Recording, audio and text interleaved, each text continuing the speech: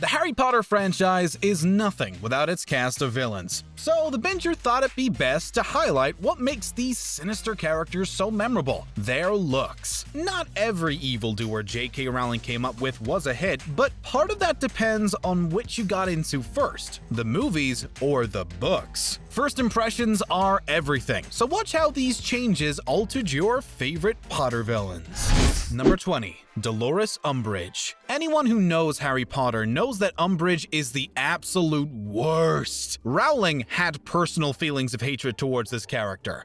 Deep down, you deserve to be punished. The tweed outfits carried over between books and movies because they were absolutely necessary. Rowling believes tweed and kittens are the cover-ups for evil-thinking people. The film version of Umbridge embraces that tiny detail and uses it to contrast her sinister actions. But in the books, Harry can't get over how toad-like she appears. To make matters worse, the original Umbridge wore green tweed outfits with pink cardigans to resemble a formal-looking toad.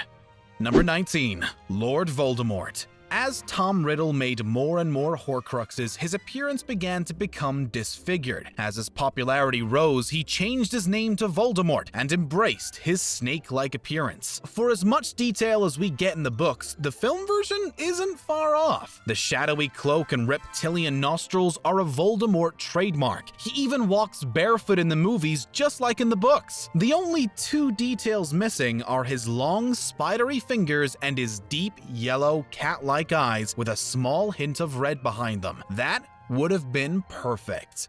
Number 18. Bellatrix Lestrange. Look, Helen Bonham Carter is a great Lestrange. Her whimsy-walking and pervasive joy fit the character well. Even the description isn't far off. The single streak of gray in her hair is a mark of her time in Azkaban. The rotted teeth play to that too. But we do have to be honest here and mention that they grimed her up a bit too much. The books describe her resembling her youthful beauty despite the time in Azkaban. The rotted teeth and rat nest hair take away from that aspect, but it's still close. Number 17. Gellert Grindelwald. The original Harry Potter films include very little Grindelwald in them that you almost forget he's there. We catch a brief glimpse of him in the later movies, but even then he's heavily obscured by shadows. Despite all that, at best we can tell the film nails young Grindelwald. He has a long, handsome face with flowing locks of blonder hair. We even get that sense of triumphant trickery Harry mentions. The dispute comes in the adult version. While Depp manages to pull off the pencil-thin mustache, his hair is ghostly blonde, which doesn't match. Number 16. Lucius Malfoy. Another accurate book-to-film look is Lucius Malfoy. His aura of upper-class snobbery radiates in both versions. You can point out that Jason Isaacs' depiction leaves his hair too free-flowing, but we're not buying it. That aspect isn't stressed in the books. One detail we can harp on is Lucius's return from Azkaban. While the disheveled look honors the details from the books, we don't get everything we wanted. There's not even visible scenes of Voldemort's torment, but they did manage to give his skin a more worn look. That's really impressive. Number 15. Augustus Rookwood. Wow, we're going incredibly deep if we're bringing up Augustus Rookwood, but hey, he's kind of important. You may recall his involvement as a spy in the Ministry and as a comrade of IGOR Karkaroff. Rookwood is described only by his mugshot in the books. He's got greasy hair, a pock-marked face, and a tall disposition. Rookwood only appears for a few brief scenes in the movies, but you notice him immediately. His greasy hair is there, and he's certainly tall. However, the scars on his face replace the acne scarring we were expecting. Number 14. Barty Crouch Jr. Here's a character that actually gets better in the films compared to the books. David Tennant added a more manic look and worked in the tongue twitch synonymous with the character now. He must have nailed the audition because he looks pretty different from the original. Barty is supposed to have a lot more freckles even at the age of 30. Tennant's hair is also way darker than the character's described appearance. Instead of a straw-colored hair, the crew made his hair look like straw. In their defense, it's an easy thing to mix up, alright?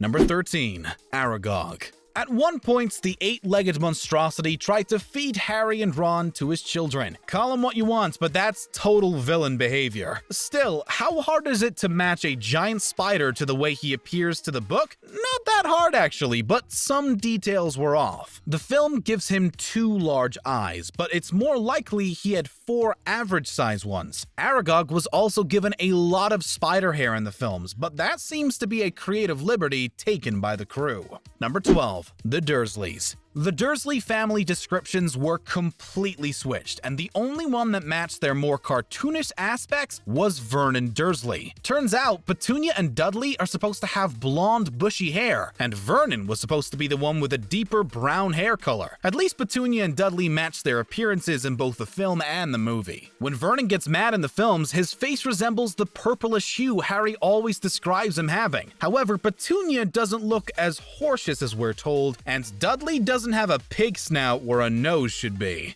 Number 11. Fenrir Greyback. We're just gonna say it. The movie version of Fenrir Greyback looks more like Sabretooth from the X-Men than the actual Fenrir Greyback. Whew! Now that we got that off our chest, let's get detailed, which is hard because the film hardly ever discusses his wolf form. Greyback was only supposed to have a small whisker amount of hair in his face from his hybrid blood. He's way too hairy in human form during the books. They emphasize the duality of his 2 forms a bit too much in the design for book fans' liking.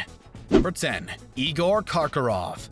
Did you know that Igor Karkaroff is described in the books as having a cheerful demeanor? Yeah, you'd never get that from the movies. The only thing they seem to get right about this character is his stained yellow teeth. Karkaroff is supposed to resemble Dumbledore in a lot of ways, only his beard isn't nearly as long because only Dumbledore can manage that majestic look. The film ages down Karkaroff and turns him into a rude Eastern European stereotype. Lots of missed opportunities here with this character, but we take what we can get. Number 9. Peter Pettigrew. At this point, Timothy Spall is Peter Pettigrew. You can't go back and read the books without picturing him as Pettigrew. My old friend! The only trouble is, he doesn't exactly match the description. See, Pettigrew is supposed to be even more rat-like. While Pettigrew was certainly a short, fat child, the books described him as way more thin by the time he was an adult. Probably because he was surviving only on crumbs. While the movies do make him look like a human rat, his disformed figure was actually even more prominent in the books.